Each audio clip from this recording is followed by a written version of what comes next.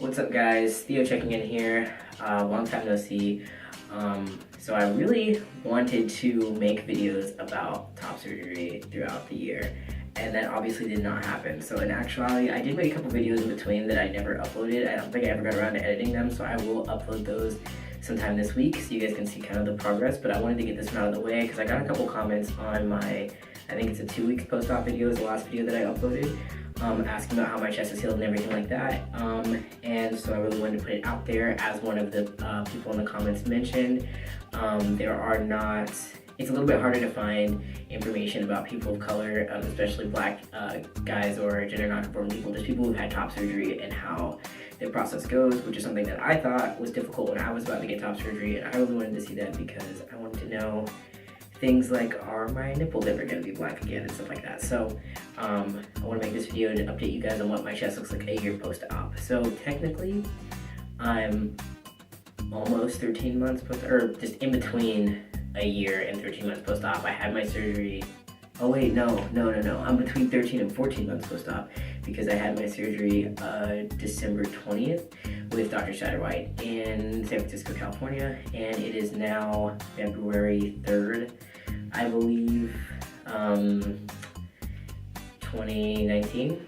And so, yeah, and I had surgery in 2017, right? Yes. Okay, yeah, it's the 3rd. And so, yeah, so I will show you my chest. Okay, so this is my chest, a little over a year, or a little over 13 months post-op.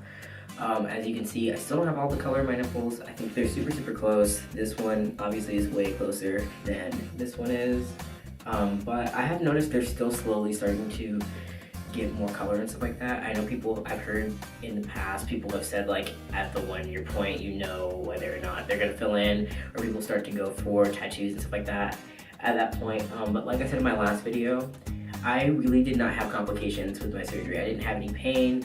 I didn't have any, I really didn't have anything go wrong in the recovery process. And to me, it seemed like having a little pink in the nipples or having a little bit of like my scars are a little stretched here, I'll get more into that in a minute, but stuff like that, or a little slight dog earring or whatever might be the case, it didn't really seem like, it seemed like that was a fair trade-off to me to have such a smooth recovery. So to me, this really isn't a big deal. I've been shirtless in public tons of times since I've had surgery. I've been swimming in a pool, I've been to the beach, all types of stuff. People that I've known before who either knew or did not know that I was trans have seen my scars and seen my nipples and everything, and nobody really thinks anything of it. Like I said before in my last video too, my nipples were always kind of pink in the middle. So they kind of honestly looked a little similar to this one right here. I just think like this one, like the pink is kind of at the top. So it used to be like right in the middle is more pink, but yeah. And I'm just also like, it's a little lighter on the edges. I don't really care. And I don't know, I think all in all, they came out pretty, things still look good. They're still like pretty, I think they're similar, like really symmetrical to each other, like in terms of like the size of this part, what's it called, the areola or whatever. And then, not that I don't really care about that though. And then, like I said before, I like that they both kind of like protrude, although it always looks like my nipples are like always hard now, and they were like never hard before. I don't know if it's a thing that other people have experienced, but I experienced it, and like I said, like they move when I flex my pecs, so that's cool. As far as my scars go, they go up to here, and they're super light in the middle. Like I can hardly ever see them in the middle. I hope this is like enough lighting that you can see everything. So they go all the way from back here. This is where I had that scab, Lenny, that I named him. If you get that reference, I'm sure I've said this in another video, then kudos to you. They're pretty dark now.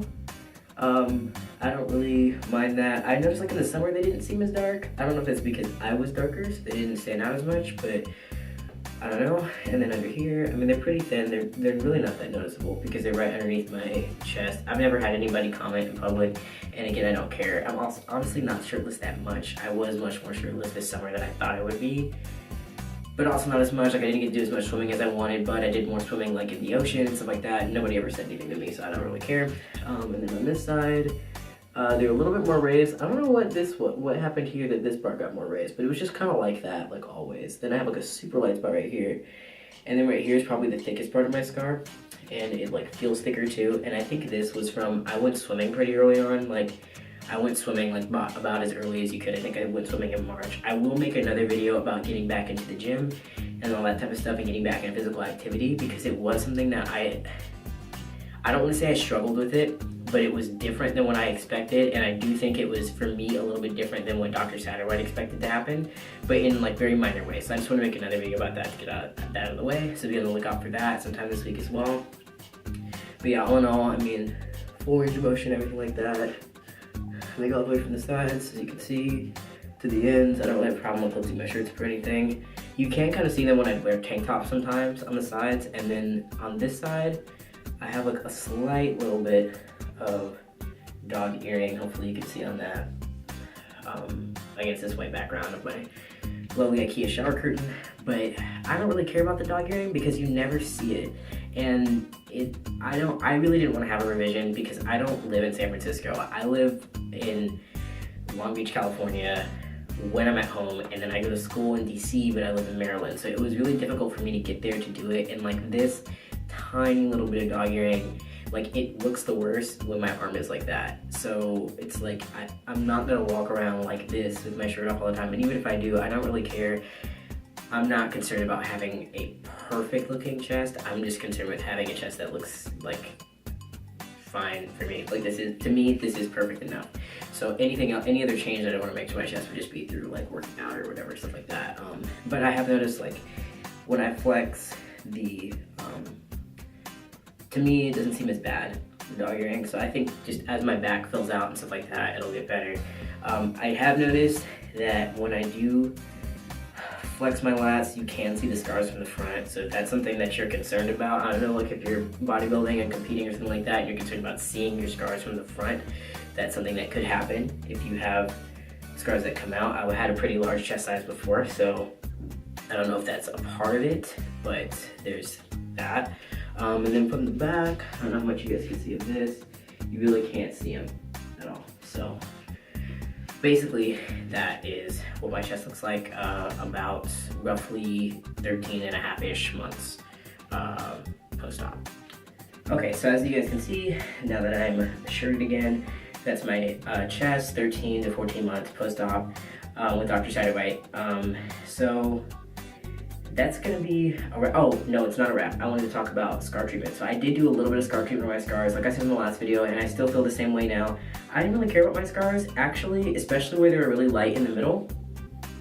I kind of want to get them tattooed to like stand out a little bit more. So I'm kind of like, I was thinking about getting like scissors, like cutting them or something like that. I don't know, I think they're cool. In my perspective, I was supposed to have surgery in July. Some like stuff went down with my insurance where it got pushed back to December. I had already waited longer than I wanted to on T, from starting T and starting my medical transition to have surgery.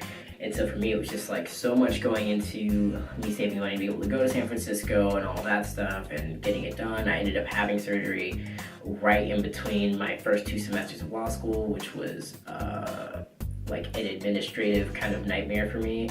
So all of that went into it. I don't want to hide my scars because I feel like it took so much for me to get them, and I wanted to have the surgery so much, and I wanted them so badly, and I love them. So like when I look at my scars, I am happy when I look at my scars. So I think that's what's important for other people, and why I'm putting this video out there is so that people can see this is one way that your scars could look, given one type of response to the to the surgery and the instructions and all that type of stuff. So this is like one way your scars could look, and if you're happy with that, then I think that top surgery is something that could be for you. Or if you're just looking for, you just want to see more examples of what different chests look like, or what different, this is one Satterwhite chest that I think came out amazing. I love the way my chest looks.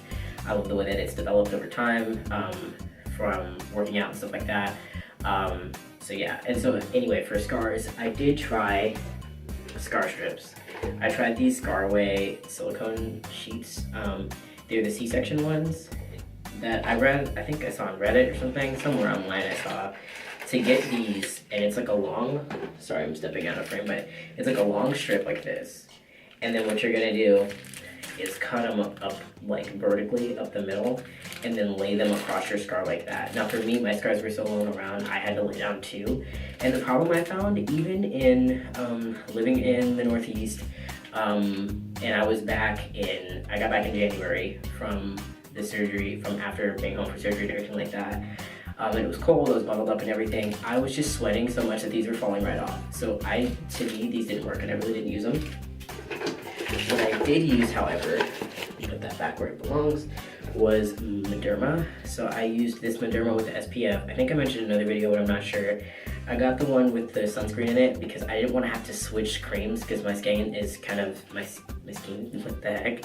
My skin is a little sensitive, and so I didn't want to switch to something, have to switch different products and then risk breaking out over my scars because I didn't know how that was going to work. So this didn't irritate my skin at all. It was totally fine. And also I knew I was going to be running outside a lot as it became spring and stuff like that, and riding my bike as soon as I could. So I wanted something that if I wear a white t-shirt, I could put it underneath. And I highly recommend just using something with sunscreen in it. Even now, I don't use this anymore, but I do in my lotion that I use every day. It has sunscreen in it, so I highly recommend that even if you haven't had top surgery, if you have skin, you should use lotion and it should have sunscreen in it because it's better for your skin. You gotta protect your skin out there.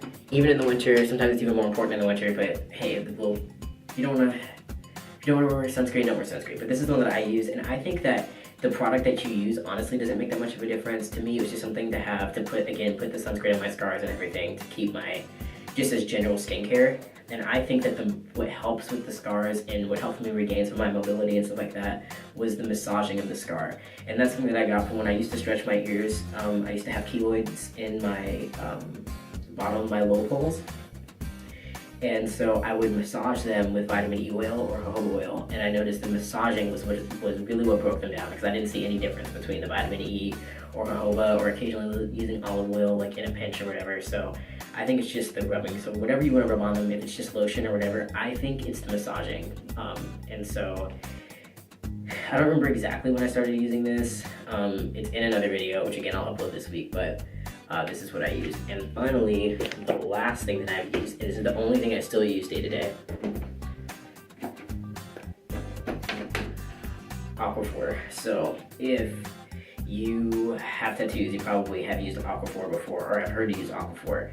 I never used Aquaphor on my tattoos until I got my chest tattoo done, because I already had some from this, but I highly recommend Aquaphor. I think it helps you heal over different types of scars very well.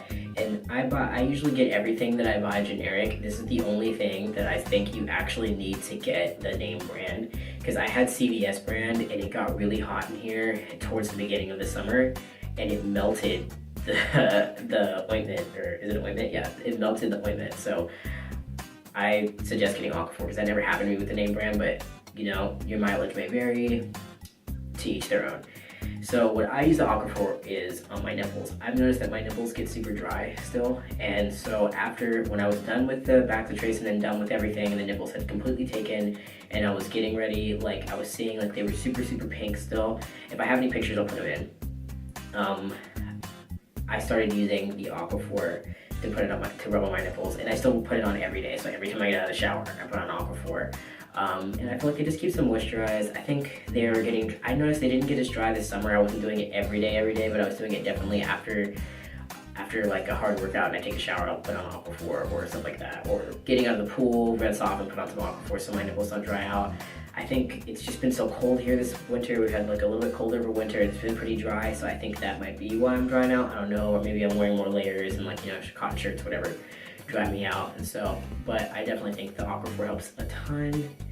And I bought this jar, I don't even remember when I bought this, and I have so much left. Like, I have basically, I don't know why there's like a hole right there, but I have basically like the entire jar left of Aquaphor still. So I highly recommend that you put Aquaphor on your nipples. It just, I don't know if it helped with the color coming back, but it definitely did help, helps them not feel so dry. And it's, I don't know, it just helps me, you know, when I don't have ashy nipples, so Aquaphor. Okay, so now it's a wrap. We talked about the scars, we talked about the nipples, we talked about everything. If you guys have any specific questions, please let me know in the comments below.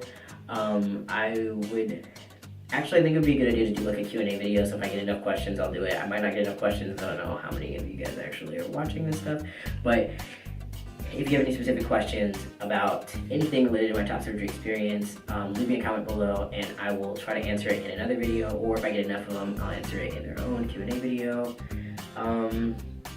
Yeah, I think that's it. So be on the lookout for those other couple videos coming out this week, and hopefully we'll get back on some type of a schedule. I'm thinking tentatively maybe Thursdays, putting out a video every Thursday, something like that. But yeah, so I want to thank you guys so much for watching. Please like, comment, subscribe if you feel so inclined, and I will see you in the next video.